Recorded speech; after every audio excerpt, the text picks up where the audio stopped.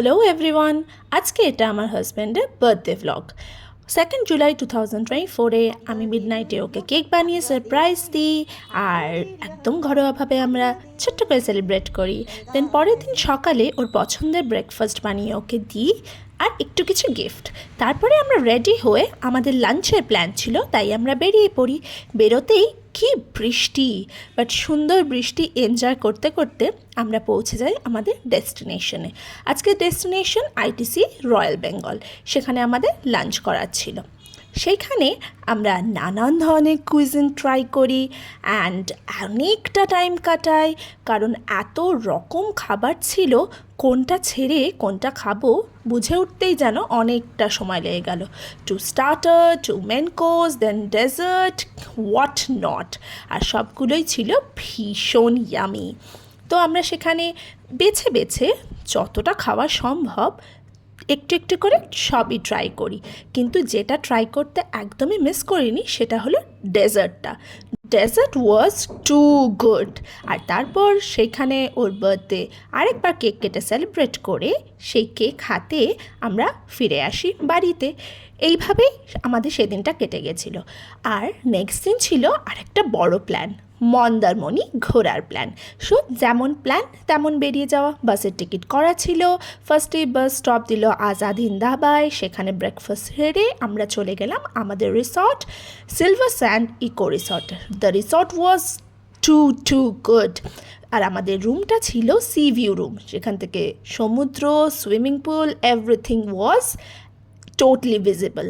আর দারুণ এনজয় করছিলাম রুমটা। ফার্স্টেই 1 কাপ কফি, তারপর আমাদের মিনি বারটা সাজিয়ে পেট পুজো করে গাদা সানস্ক্রিন মেখে চলে গেলাম বিচে। সেখানে ফোন নিয়ে যাওয়া হয়নি, তাই নো ফটোজ। বাট তারপর ইভিনিংয়ে আবার আমরা রেডি হয়ে টুকটাক ফটো তুলে নিয়ে আমরা বেরিয়ে যাচ্ছিলাম বিচের উদ্দেশ্যে। একেই ছিল প্রাইভেট বিচ, আর বিচটা ছিল একদম অন্ধকার আর একদম শান্ত ফাঁকা, লোকজনের ভিড় ভাট্টা কিচ্ছু ছিল না। ভীষণ এনজয় করলাম। আর বিচের ধারের এই ছোটো ছোটো দোকানগুলো থেকে আমরা মাছ ভাজা আর তার সঙ্গে কিছু ড্রিঙ্কস এনজয় করে নিয়ে আবার জলে নেমে পড়লাম।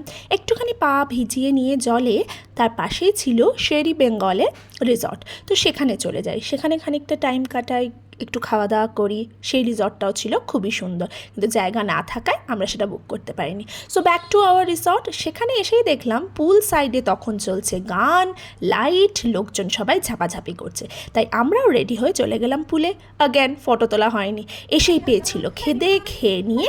আবার বিচ সাইডেই আমাদের রিসর্টে এবং ডেস্ক করা ছিল, চেয়ার্স ছিল, সেখানে এনজয় করে রাতে ঘুমিয়ে পড়লাম। সকালবেলা এক গাদা সানস্ক্রিন মেখে রিসর্টে কিছু অ্যাক্টিভিটিস করে নিয়ে আবার চলে গেলাম সমুদ্রে। সেখানেও আমাকে কিছু শামুক কুড়িয়ে দিল, কি মজা হচ্ছিল। তারপর সেখানে চা, ব্রেকফাস্ট কিছুটা এনজয় করে যখন আমরা ভাবছি এবার আবার রিসর্টের দিকে যাব, দেখা হলো এর সাথে। ইনি আবার লুকাচুপি খেলছিলেন।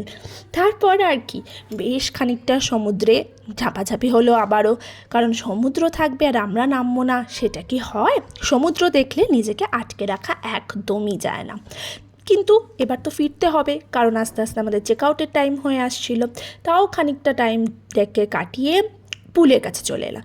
পুলে এসে দেখছি পুলটা তখন ক্লিন করা হয়েছে আর কেউ নেই, তাই অমনি আমরা দুজনা আরেকবার পুলে নেমে পড়লাম। তখন সাহস করে ফোনটা নিয়ে গেছিলাম, তাই কয়েকটা ফটো তোলা হয়ে গেল। পুলে খানিক ঝাপাঝাপি লাফালাফি করে ব্যাক টু রুমে এসে আমরা গুছিয়ে নিয়ে সব কিছু, বাস এবার কি যেতে হবে। তার আগে আর একটু টাইম রিসর্টে কাটালাম, লাঞ্চ করলাম, আর তারপরে আবার সমুদ্রকে বাই বাই বলতে একবার গেলাম। সেখানে গিয়ে সমুদ্রকে বাই বাই করে দিয়ে আমাদের ট্রিপ শেষ করলাম। ফেরার পথে বাসে করে চলে এলাম কলকাতা। এই ট্রিপটা ছিল দারুণ, ছোট but it was amazing. And ওর বার্থডেটাও খুব ভালো সেলিব্রেট করলাম। এভাবেই যেন সবকটা বার্থডে আমরা সেলিব্রেট করতে পারি। We are grateful for whatever we have. Thank you universe for blessing us every day.